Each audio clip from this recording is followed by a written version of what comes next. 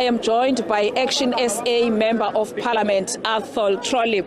Back in Parliament after 10 years of absence, not as a DA MP this time around, as Action SA MP. What's the expectation of Action SA on OPA? Well, I thought the President had a good posture when he was inaugurated. He acknowledged that they'd made mistakes. There was humility, and we appreciate that.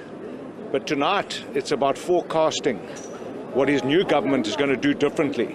It's about forecasting the government for the next 5 years. There's a lot of speculation about whether it'll last 5 years. That doesn't matter.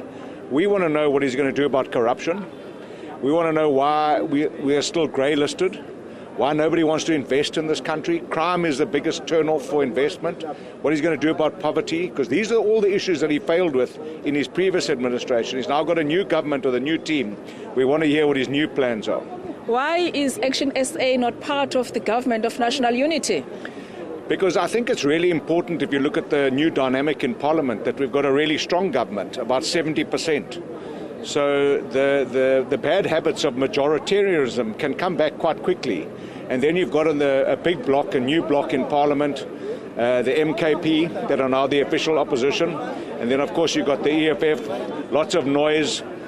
They call themselves a progressive caucus. It's actually a misnomer. It's a regressive caucus. They want to take us back to the years of Zuma and state capture, tinker with the Constitution. We're right in the middle. We're the pivot in Parliament, and I think it's a good place to be. Somebody has to hold both those sides to account.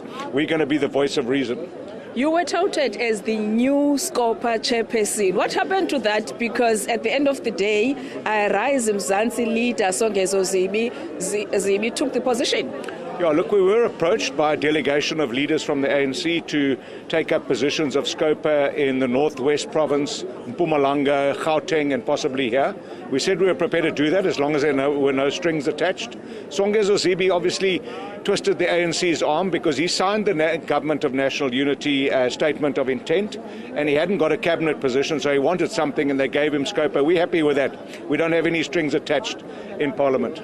You're not bitter, because indications are that you were unhappy when you heard that he has been elected as SCOPA chairperson. I knew the night before.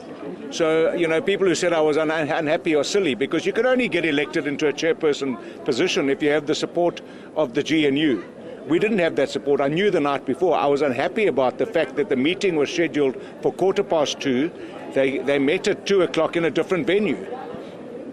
Thank you very much. That was Action SA MP Athol Trollip, who was touted as the new SCOPA chairperson, but that position went to Rise Mzansi leader Songezo Zibi. It was indicated that he was unhappy with that, but he has clarified his position that he was never unhappy about not getting the position, but he was unhappy about the time the meeting was scheduled.